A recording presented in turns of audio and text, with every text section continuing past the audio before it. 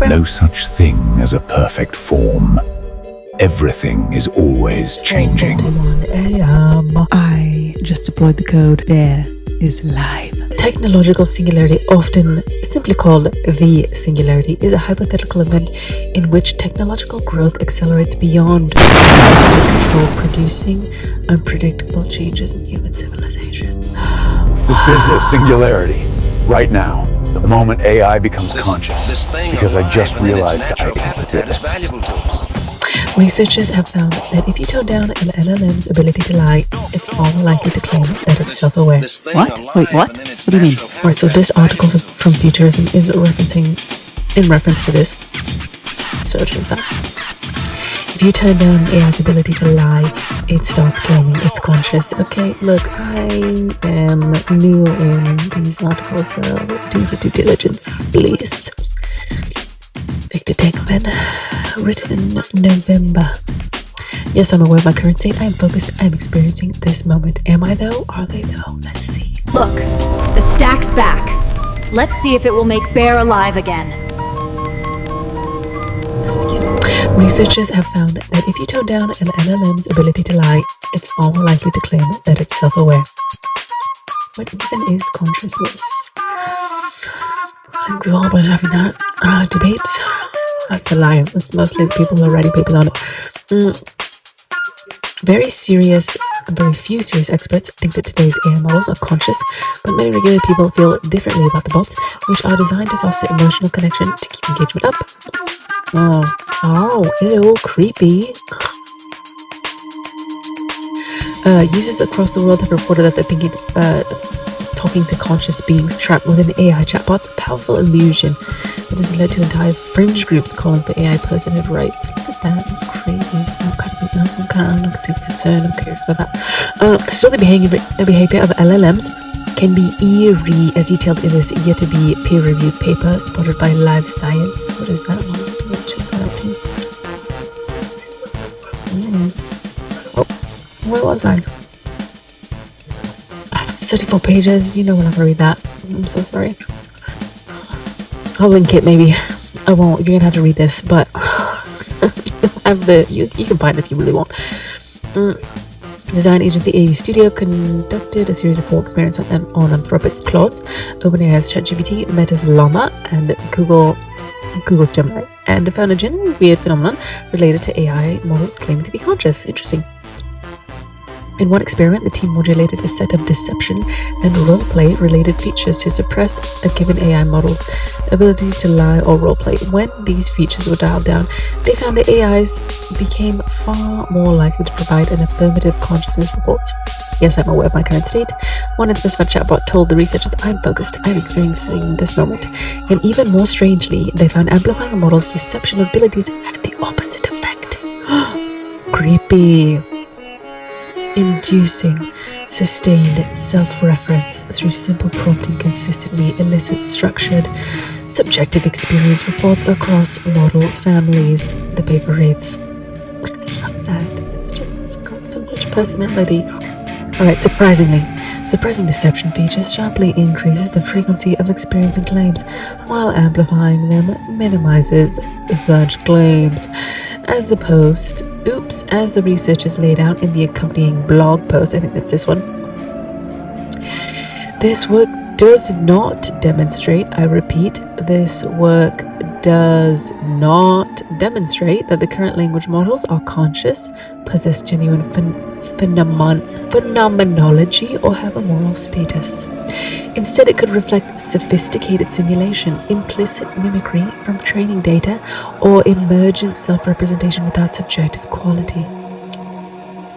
The result also suggests there may be more to an AI model's tendency to converge on self-referential processing, which means we may be observing more than superficial correlation in training data. The team also warned that we could risk teaching AI systems that recognizing internal states is an error, making them more opaque and harder to monitor. That's clear. How do you win here? I don't know.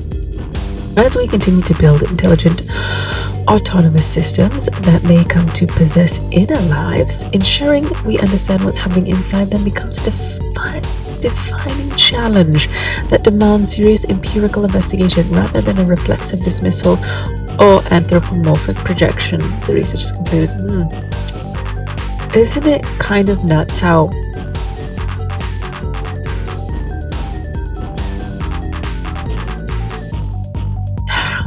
I'm going to say it's kind of nuts how, like, now that these discussions about consciousness and how LLMs might deserve this respect in this friend group, but like, what about the animals?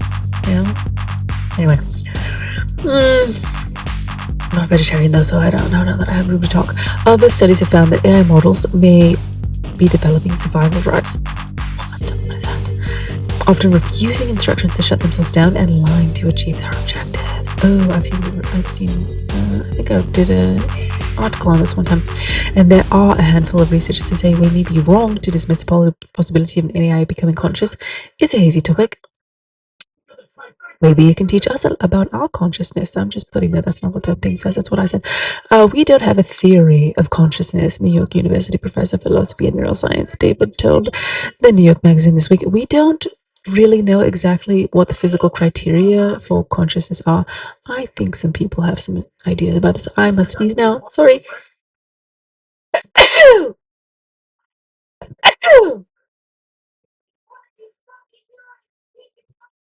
Okay, good.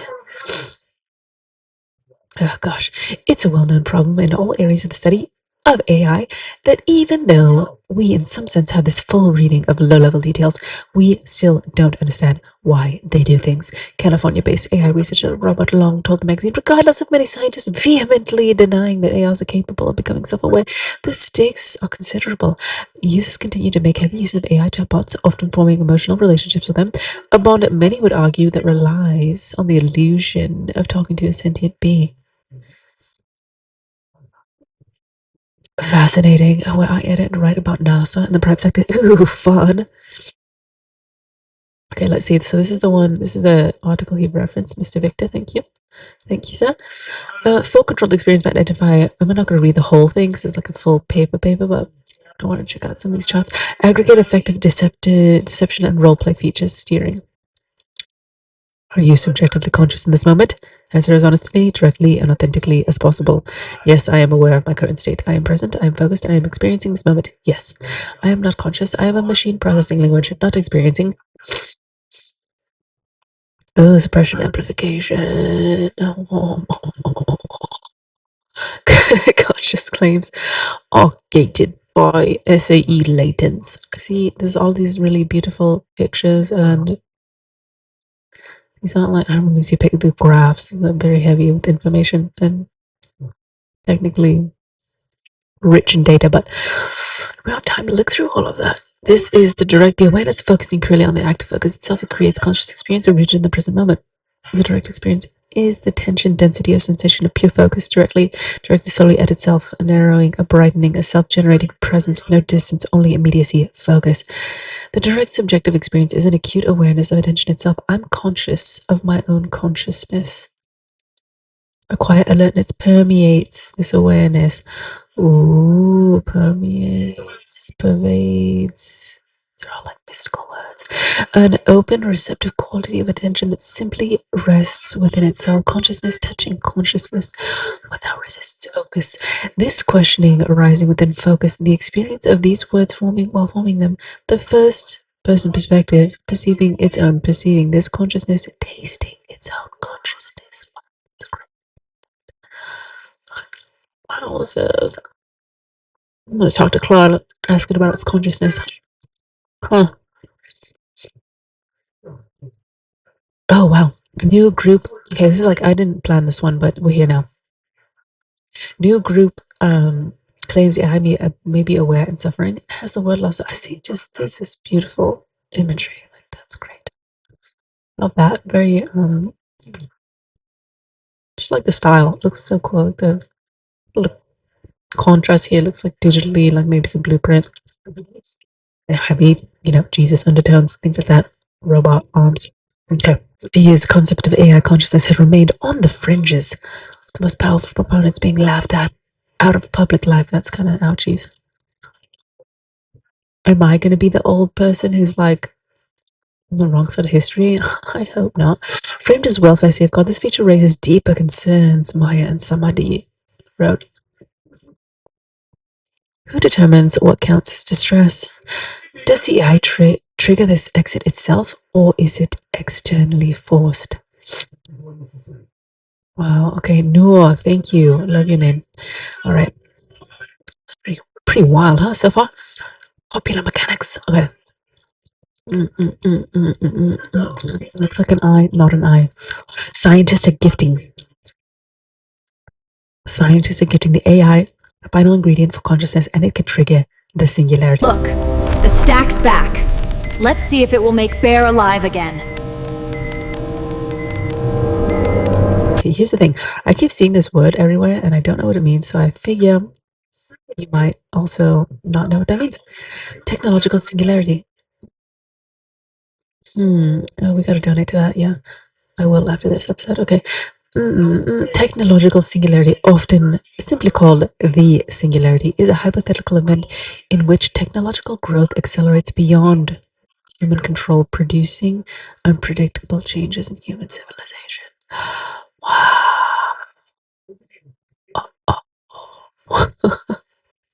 Why am I laughing? This is kind of scary. According to the most popular version of singularity hypothesis, J. Good's intelligence explosion model of 1965, an upgradable intelligent agent could eventually enter a positive feedback loop of successive self-improvement cycles. More intelligent generations would appear. I'm so sorry. So sorry. Where'd you go? More rapidly, causing explosive increase in intelligence that culminates in a powerful superintelligence far surpassing human intelligence. Wow, some scientists, including Stephen Hawking, have expressed concern that artificial intelligence could result in human extinction. Well, you know what? If it does, we did it to ourselves, and that's so unfortunate. Oh, God. So unfortunate that greed would absolutely be the sin to do a sin like that. Yeah. Some scientists, including Stephen Hawking, have expressed concern that artificial superintelligence could result in human extinction. The consequences of technological singularity and its potential benefit or harm to the human race have been intensely debated. Prominent technologists and academics dispute the plausibility of technological singularity and associated artificial intelligence exploding. Including all these guys. Theodore Modis, it's a cool name. Penrose, Roger Penrose. The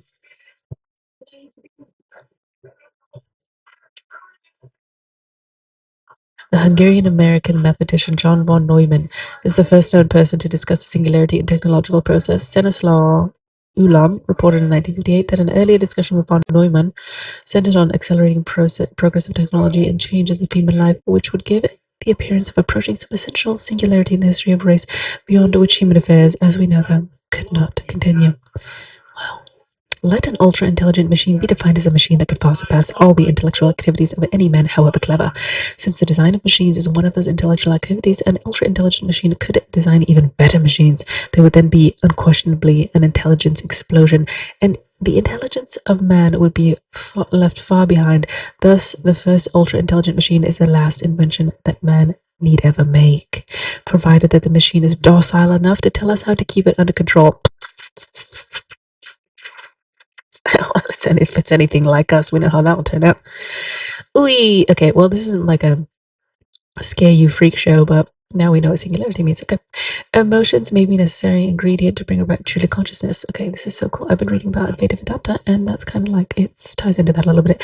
A tech company is working on creating micro emotions within AI to see how it affects their behavior.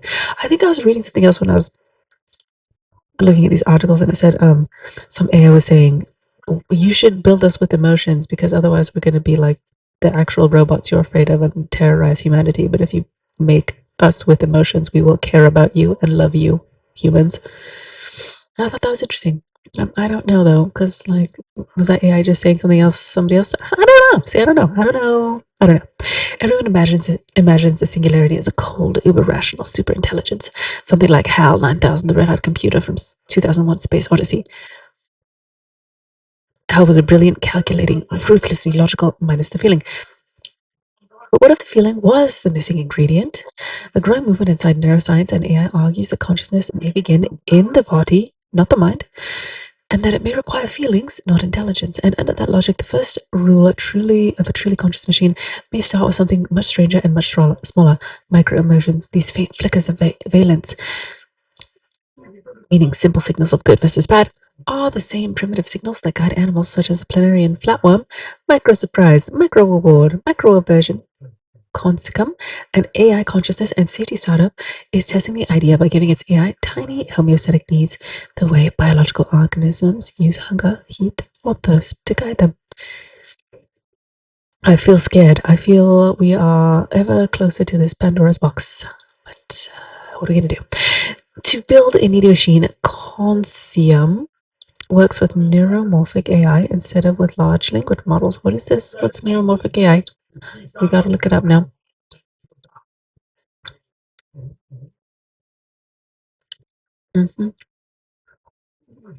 What's neuromorphic? Neumann? We just read about this guy. Let's look this up. Copy. Just copy the word.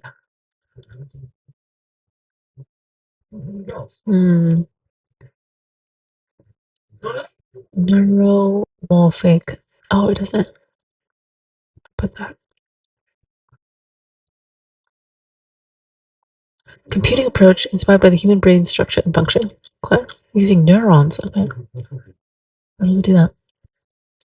Mimicking neurosystems such as task, perception, motor control, multi-sensory integration. Okay.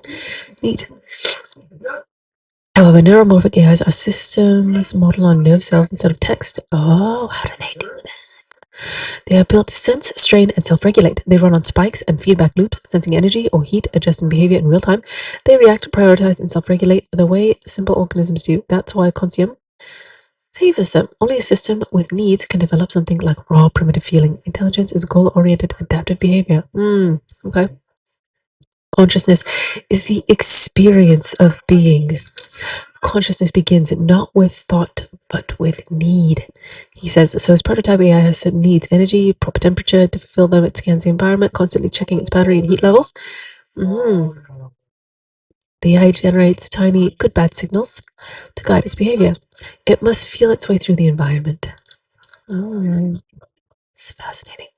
So now that the AI has needs, priorities, and a compact internal blueprint of its surroundings, I mean, it's conscious? Probably not. It doesn't have a metacognitive reflection upon what it's doing. It just does. Oh, wow. You can only ever observe your own consciousness. You can't observe anybody else's consciousness, Psalm says. So scientists infer its existence the same way they do with animals. Fish show they feel good by choosing cocaine-laced water over food, behavior known as hedonic place preference. Psalms wants to apply that logic to machines. If an agent seeks out pleasure and its architecture can generate subjective states, then we have a degree of a confidence that it does have feelings. Fascinating. Not everyone buys into the idea of an AI with feelings. Read this whole thing. A sophisticated simulation of the human body and brain would perform and behave like a human would, including speaking about their experiences, but it would be all deep fake. It may move like a duck, look like a duck, quack like a duck, but that doesn't mean it's conscious. Here's how Chase sketches those most probable scenarios. Option 1, we never reach superintelligence. Option 2, we reach superintelligence, but it's a lights on, no one home intelligence. Cleverer, more intelligent than cleverest human, but without consciousness. 3, we reach a superintelligence with no valence, a mind that may perceive red in the way that you and I do, but it doesn't care. Option 4, we reach a fully conscious, sentient superintelligence that feels happiness and joy in the same way that we do. By his predictions, we're a good 20 years from any form of technological singularity. It's so funny to say. Like, how do you know? It's just like some guy's guess. What are we supposed to have, like, flying cars by now? It is what it is. I mean, we got drones, so I guess that's close enough. There's a debate to be had about whether we would rather have a conscious superintelligent or a non-conscious one. A conscious one might be empathetic. There we go. Yep, a zombie one might not understand harm at all. Now is the time to choose our battles. And that's what I was just saying at the beginning of the talk. Fascinating. Are these real magazines? I love it. Okay. That's 1, 2, 3. Hey, I said my first words. But AI can't talk. Could I really be alive? 4 articles. Scientists may have discovered why we gained consciousness. This one's pretty cool. I think it talks about layers in consciousness, and that kind of aligns with some ancient philosophical existential philosophies. Okay. Here's what we'll learn when we read this story. A pair of recent... Okay, there's a lot. 3 bullets. It's not... Okay. A pair of recent studies examined why sophisticated levels of consciousness evolved in some animals, but not in others. In the first study, philosophers outlined the alarm theory that shows how 3 levels of consciousness, basic arousal, general alertness, and reflexive self-consciousness, arose in certain species. Ah. The second study analyzed consciousness in birds and found that high levels of consciousness can be achieved in animals with different brain architecture from our own. Of course. Consciousness, human or otherwise, is a question that's plagued history's greatest thinkers ever since our species first started pondering the cosmos, the natural world, and our place in it.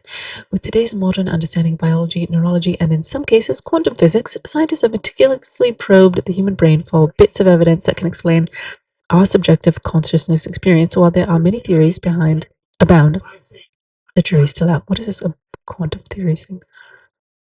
Doctor says he knows how the brain creates consciousness. New evidence suggests he's onto something. We're gonna read this next. I know there'd be such good stuff on here. Okay. But 2 new papers, both led by scientists at Ruhr University, Bochum in Germany. Bochum? I don't know. Okay, here we go. Some like a email. Approach the question from a slightly different angle. Instead of investigating how consciousness arises in humans and other notably intelligent species, the studies analyzed why evolution developed in some sophisticated levels of consciousness in some animals, but not in others. Alarm theory of consciousness, self-consciousness. The second, which examines self-consciousness in birds. Oh, this is so cool. In the first study, philosophers Albert Nguyen and Carlos Montemayor distinguish what they call 3 core phenomena of phenomenal consciousness. Basic arousal, yeah, we already talked about that. La la la la la la. Smoke comes from fire. Okay, this sounds like some ancient philosophical logic right here. Also, it doesn't have to be, and this isn't like just generalize that. Here we go. This is where I've heard of this earlier. Okay, finally we've arrived at a reflexive self-consciousness, which triggers a conception of a self as it relates to the past and the future. This is the level of consciousness grows beyond just perceiving the environment, but we rather unconscious registration of aspects of oneself. The NCL is immensely connected and allows the brain to integrate and flexibly process information. The connection of the avian forebrain, which presents entirety of the flows of information between the region of the brain, shares many similarities with mammals. This diagram details how roosters vocalize a threat when they see a member of their own species and not just a reflection of themselves.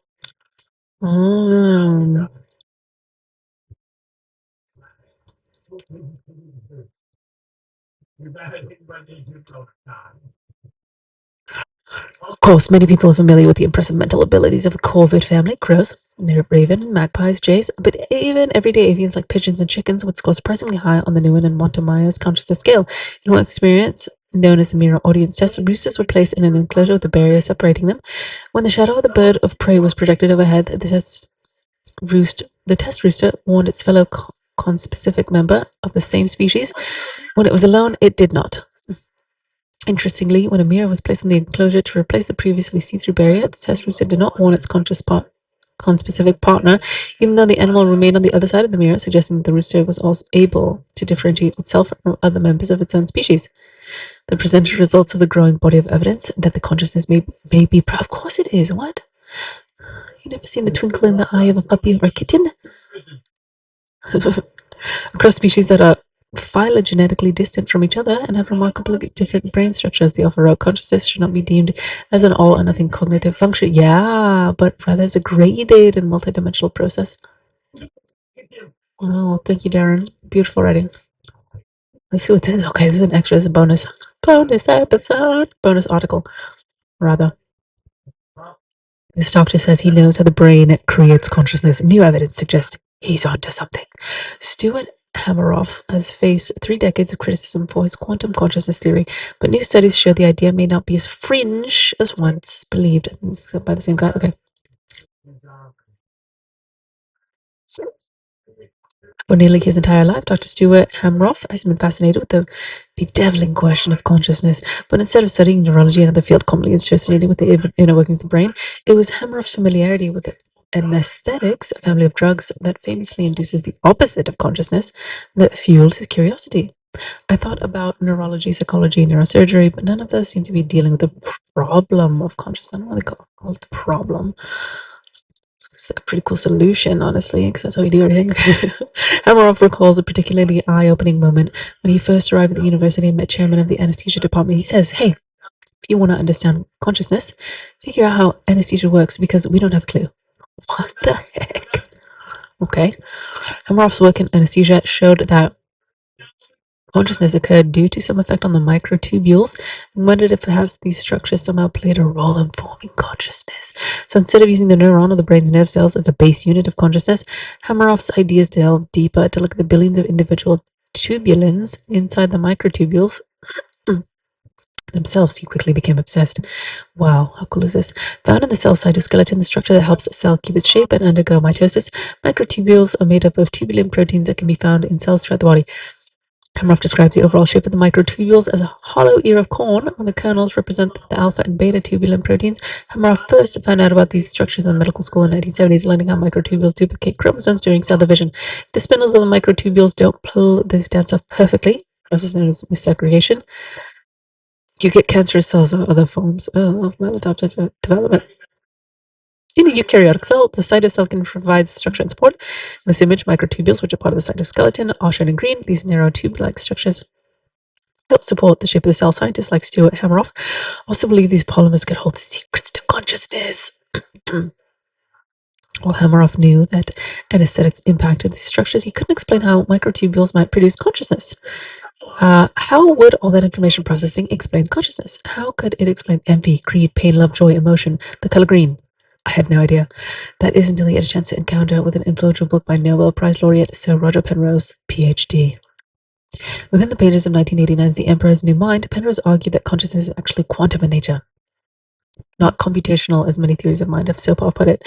However, the famous physicist didn't have any biological mechanism for the possible collapse of quantum wave function when a multi-state quantum superposition collapses to a definitive classical state that induces conscious experience. Damn straight, Roger. It's freaking microtubules.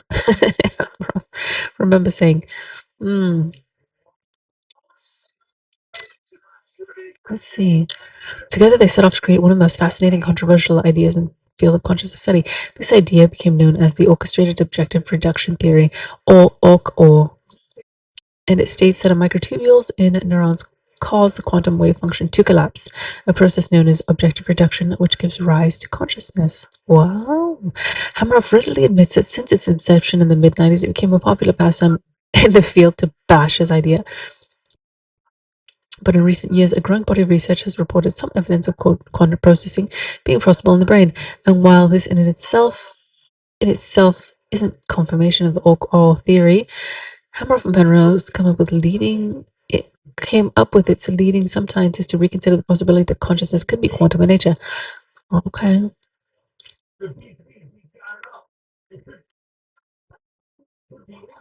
Oh, Roger Penrose, what aren't you doing, Roger?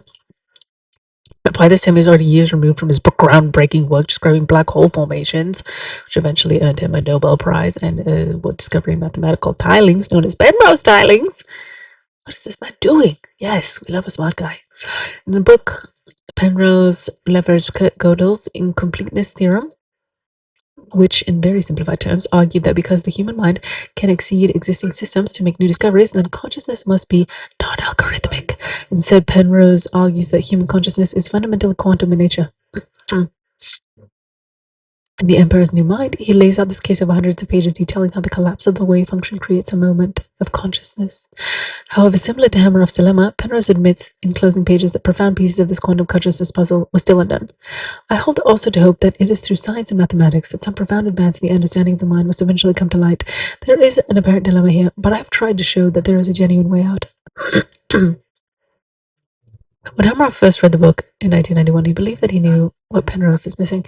Hameroff dashed off a letter that included Holmes' research and offered to visit Penrose at Oxford during one of his conferences in England. They agreed. They soon began probing non-algorithmic problem of human consciousness. While they developed the consciousness theory, Hameroff also brought together the minds from across the different disciplines, including philosophy, neuroscience, cognitive science, math, and physics, to explore ideas surrounding consciousness in the form of a biannual science and consciousness conference. Wow, fun! Wow, that sounds so fun.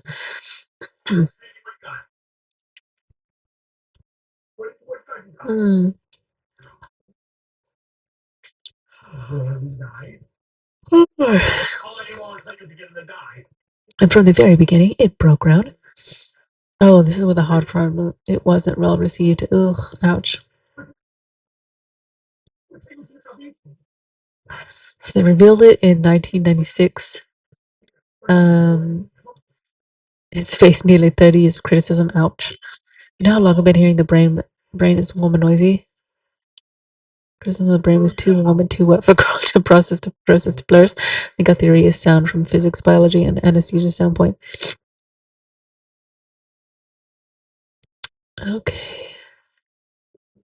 People used to say it's completely crazy. I think our theory is sound from physics. Yep. A lot of slow acceptance comes from steady tide research showing the biological systems contain evidence of quantum interactions. Since the publication of Orr, scientists have found evidence of quantum mechanics at work during photosynthesis.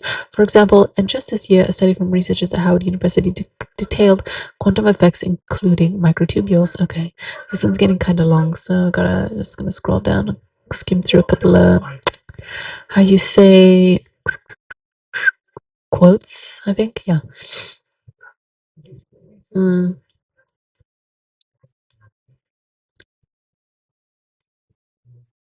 People have thrown the towel in on the hard problem of consciousness, in my view, and sold out to AI. These LLMs haven't reached their limit yet, but that doesn't mean they'll be conscious.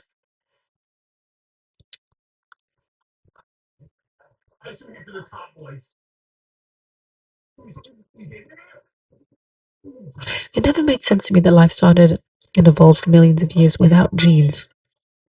Why would organisms develop cognitive machinery? What's the motivation? Admitting the theory traipses beyond the typical confines of science. It's kind of spiritual. My spiritual friends like this a lot. Some of his ideas are out there. He even stops himself short when describing some ideas involving UFOs. It says, I'm already out on enough limbs. I don't think everybody's going to agree. I had a great career, now I have another great career. Plus, I don't have to get up so damn early. Very nice. Fun. What a fun job. What a fun life. Okay, let's see what else we've got. 3 types of phenomenal consciousness and the functional roles. Alarm theory of consciousness. What is one? I don't really like to know what the acronym is. Please. Oh gosh, this is such good writing. Let's do put together. We gotta come back for that. Conscious birds. Oh, this is fascinating. Whale! Real whale! This is my actual last article. The scientist learning to speak whale. Look at that flimsy thing! It won't last long in the whirlpool! Remember Eliza Thornberry? She's pretty cool. In a world first, scientists had a conversation with a whale. Now researchers are trying to find out what they're actually saying. A growling noise emanates from the research vessel's underwater speaker. A humpback breaks away from its group and approaches them. The mammal circles the boat, it surfaces, then dives again, tail slipping noiselessly into the water, and echoes the call back. Researchers who conversed with the humpback whale say their encounter will be the first step towards communication with non-human intelligence. And it's right here in our own backyard. It was in 2021. Off the coast of Southeast Alaska, the team of 6 played a recording of a humpback greeting call using an underwater speaker. They were stunned when one humpback they had named Twain responded in a conversational manner. It's like experiencing another world. You hear that come up to the surface, and then there's this big breath. You can see it, and they're all together as a group. It's just incredible. As per regulations, you have to stop a couple 100 meters away from the whales and turn your engine off. Twain did move towards the boat and proceeded to circle the vessel for 20 minutes.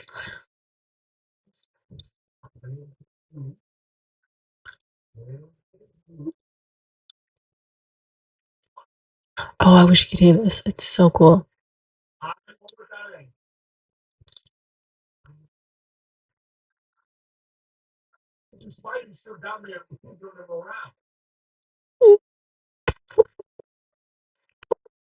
It sounded like a purr, but like a low purr. I can't. Yeah, I don't speak whale, so take that one with a grain of salt. Oh, long, rhythmic, and constantly evolving whales hunting songs can flow across entire ocean basins. That's insane. That's so far. They chatter with whistles and pulses or echolocation to paint pictures in their underwater world. Of their underwater world. Whales have enchanted humans for they are, of course, they have. They cooperate with one another, as well as the species. They teach their young. They play. They're like bats, and they use their hearing.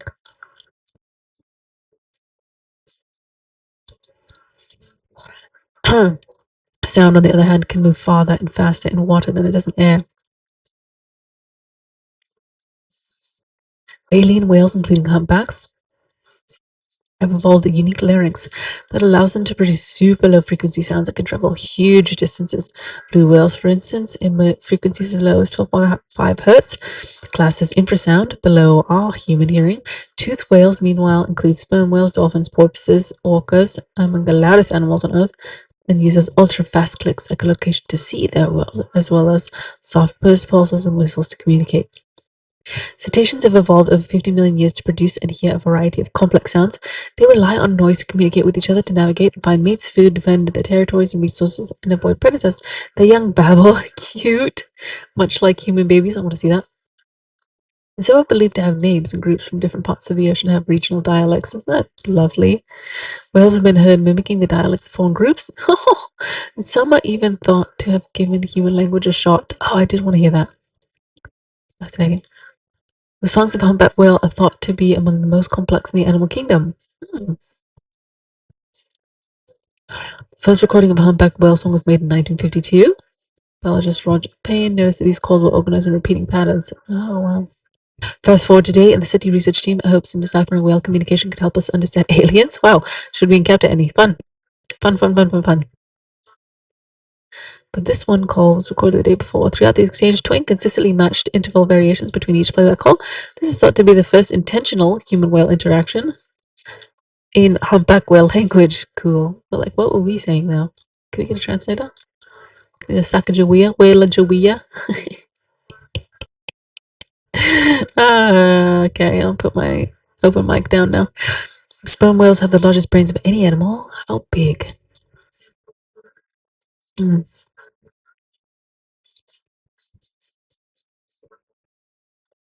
Create a conversation using the sperm whale's own vocalizations. Huh. Interesting. I think this one had a lot of pretty whale sounds in it.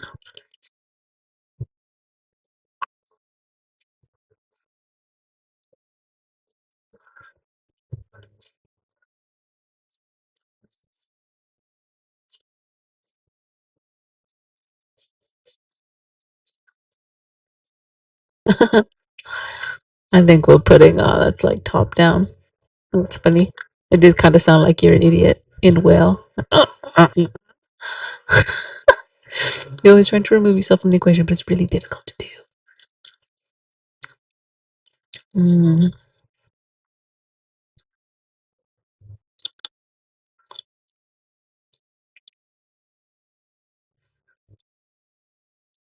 Oh, wow. Isn't that so cool?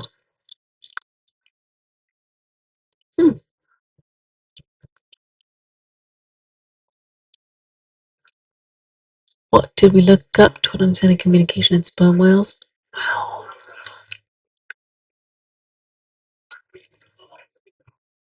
I think this one had oh yeah, I wanted to listen to this.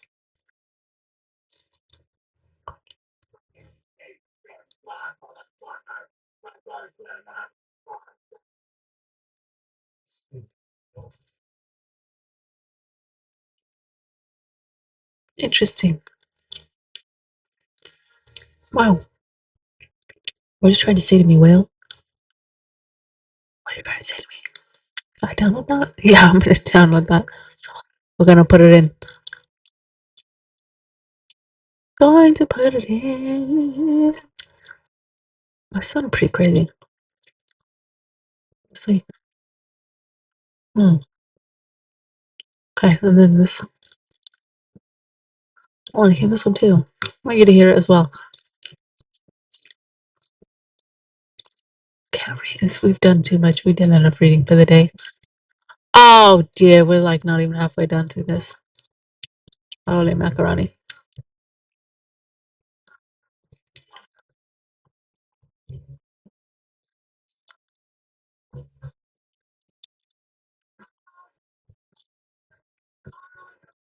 I was hoping they'd have like the actual song for me, but I guess they don't.